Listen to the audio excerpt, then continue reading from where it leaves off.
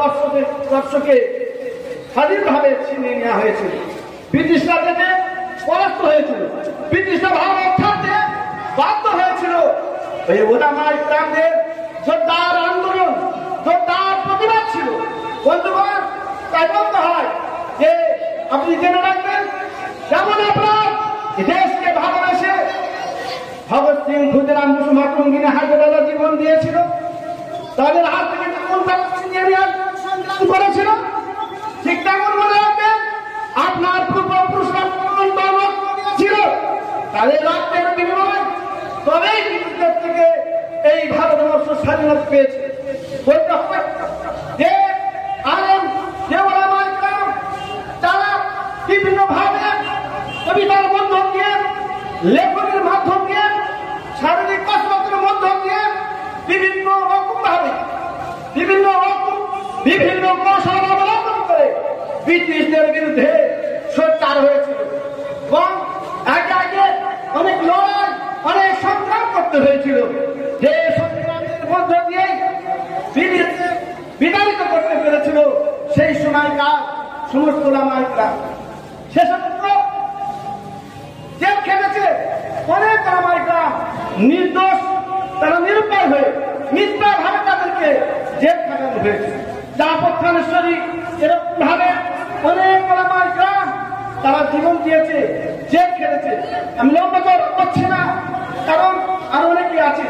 শুধুমাত্র একটু বলবো, ওলামা ইকরামরা নির্দোষ, নিরুপায়, তাদেরকে বিভিন্ন রকম ভাবে ছলে বলে কৌশলে জেল খাটানো হয়েছিল। তাদের পরিবার, তার সন্তান সন্ততি, ছেলে মেয়ে সবাইকে বিসর্জন দিয়ে তারা দেশকে ভালোবেসে তারা জেল খেতে ছেড়ে তাদের জীবন চলে গেছে।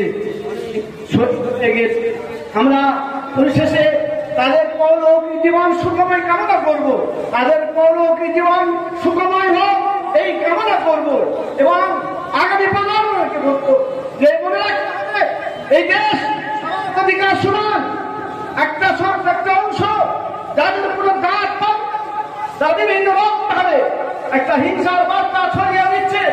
মনে রাখতে হবে আপনার কাছে যেমন আপনার মসজিদটা প্রিয়, ঠিক তেমন হিন্দু সম্প্রদায়ের কাছে মন্দিরটাও প্রিয়। আপনার কাছে যেমন আপনার মসজিদটা প্রিয়, খ্রিস্টান সম্প্রদায়ের কাছে তাদের গির্জাটাও তেমন প্রিয়। এটা কখনোই কাম্য নয় একটা উপসর্গের উপরে হামলা করা। যে সম্প্রদায় করুক, তারা মানুষ বলে জাত নয়, মানুষ জাতের তারা বাইরে। সুতরাং এর বিরুদ্ধে আমাদের সোচ্চার, এর বিরুদ্ধে আমাদের রুখে দাঁড়াতে হবে যে সাম্প্রদায়িক শক্তি কখনো মাথা চারা না যায়। সম্প্রীতির লক্ষ্যে আমরা যেভাবে এগিয়ে চলেছি, সমস্ত শ্রেণীর মানুষ সকলকে সম্মিলিতভাবে এবং সম্প্রীতির থেকে আমাদের এগিয়ে যেতে হবে। আগামী প্রজন্মের কাছে এই বার্তা দেব। এই প্রতিকত কথা বলেই সীমিত বক্তব্যের